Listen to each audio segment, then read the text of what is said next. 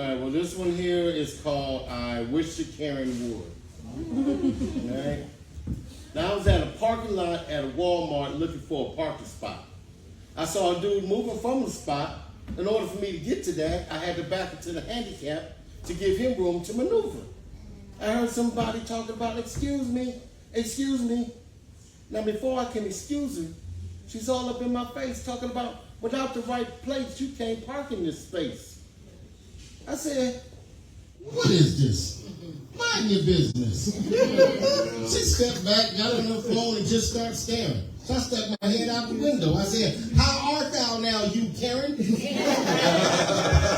But by this time, the guy had moved out to space. But she's still in the way. So I honked my horn and revved my engine. She said, hey! And jumped out the way. So I pulled on into space. Now she's back up in my face, talking about you people. I'm like, who people? My people? I thought it was we the people. Oh, when it comes to y'all people, we not people? Well, hey, I feel people are people.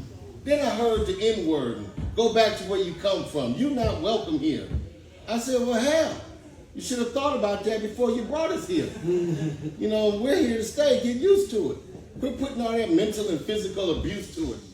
She said, you know what?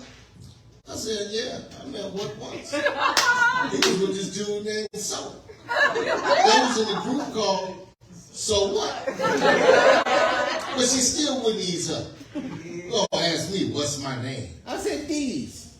She said, D's what? I said, D's nuts. She looked at me talking about, well, I never. I just looked up and down. I said, I see why. Bye, Karen. And I went on in the store. But as I passed through the door, this dude with dark glasses asked us if I need some help. I said, help I don't need. I go over to the literary section because I likes to read. But before I get a good chance to take a look, I feel I'm being watched. I turned around and there's some clown down the aisle reading the book, but he's so clueless, he don't know that the book is upside down. No stress. I go on over to the men's section. Maybe I found me some shorts for work. Then I look and see the same guy down at the other end of the aisle sizing up a shirt. I made the connection. This is theft protection. Time for me to teach him a good old crouching the messenger type of lesson. So I looked, I said, hey, who's that man?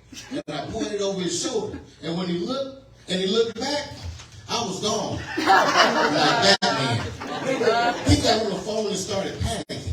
But see, I dipped down the aisle, I grabbed a hat and a coat, and I posed like a mannequin. He's so clueless, he was standing in front of me when he got a call on the radio. Some lady said, he's over here. He said, I'm on it. He went that way. I went that way to electronics. Now, for a moment, I think I'm in the clear.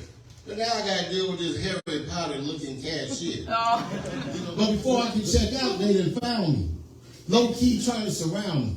It's the Three Stooges. The guy with the dark glasses, some lady with a radio, and the guy I call clueless. But then Harry asked, do you need a bag? I said, without denying it. He said, don't you care about the environment? I said, don't even be trying it. I ain't complying with it. I'm a black man. You don't understand. I can't just walk out the store with stuff in my hand. This transaction ain't complete without me getting my bag, you removing that tag, and giving me a receipt. Right. For all I'm buying, see? Plus, I still got the Three Stooges over here eyeing me. But once things are done, I looked at them and said, no justice, no peace. But when I look out the door, I see that stank-ass Karen with two police. So as I walk out the door, they were just too happy. They had their guns pointed at me. They was ready to attack me. They said, is this the man who tried to run you over? I got body slammed. I said, wait, let me show you. I got it on dash cam. But they did give me the benefit of the doubt, but they kept their guns on me as I pulled my phone out. Now they're about to go ballistic until they saw the realistic. How Karen had twisted this to fit her privileges, trying to make me a statistic instead of minding her businesses. There was no excusing this verbal abuser and racist nonsense. Bringing in big guns for this nonsense, trying to get me shot for this nonsense. They got Karen laws for this nonsense. They cuffed and stuffed her like they should.